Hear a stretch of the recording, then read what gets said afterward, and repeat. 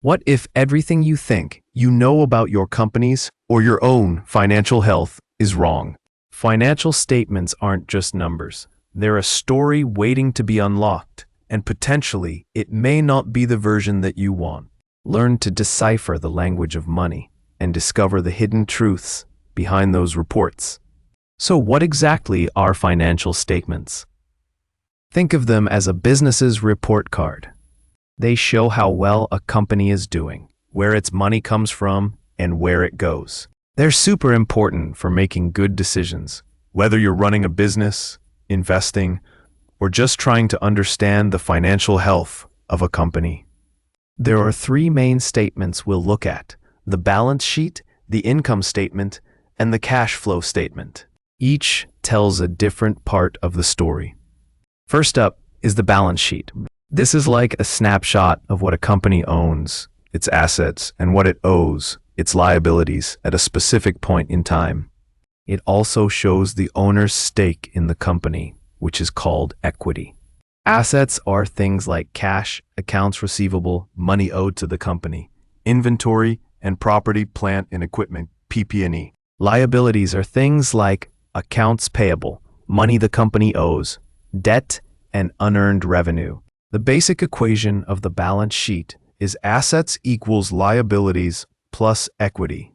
Assets and liabilities are further divided into current, short-term, and non-current, long-term. Intangible assets, like goodwill, also appear on the balance sheet. Next, we have the income statement, sometimes called the profit and loss, P&L statement. This shows how much money a company made, revenue, and how much it spent, expenses, over a period of time, like a quarter or a year. It starts with revenue, then subtracts the cost of goods sold to get gross profit. Then it subtracts operating expenses like selling, administrative, and research expenses to get operating income. Finally, it subtracts interest and taxes to arrive at net income, also called profit or earnings. Important metrics like EBIT, earnings before interest and taxes, and EBITDA, earnings before interest, taxes, depreciation, and amortization, are also often used. Finally, we have the cash flow statement. This tracks the movement of cash both into and out of a company. It's divided into three main sections: operating activities, cash from the normal business operations; investing activities, cash from buying or selling long-term assets like property, plant, and equipment; and financing activities, cash from borrowing money or issuing stock. The cash flow statement helps you see how a company is managing its cash and whether it has enough to pay its bills and invest in the future. Free cash flow is a particularly important measure. These three statements are linked. Net income from the income statement flows into retained earnings on the balance sheet. The balance sheet helps determine depreciation expense, which impacts the income statement. The cash flow statement explains how the cash balance on the balance sheet changed during the year. By looking at these statements together, you can perform financial analysis.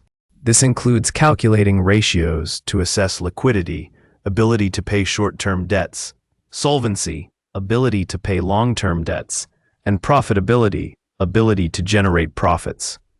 You can also perform trend analysis by comparing financial data over time to see if a company's performance is improving or declining.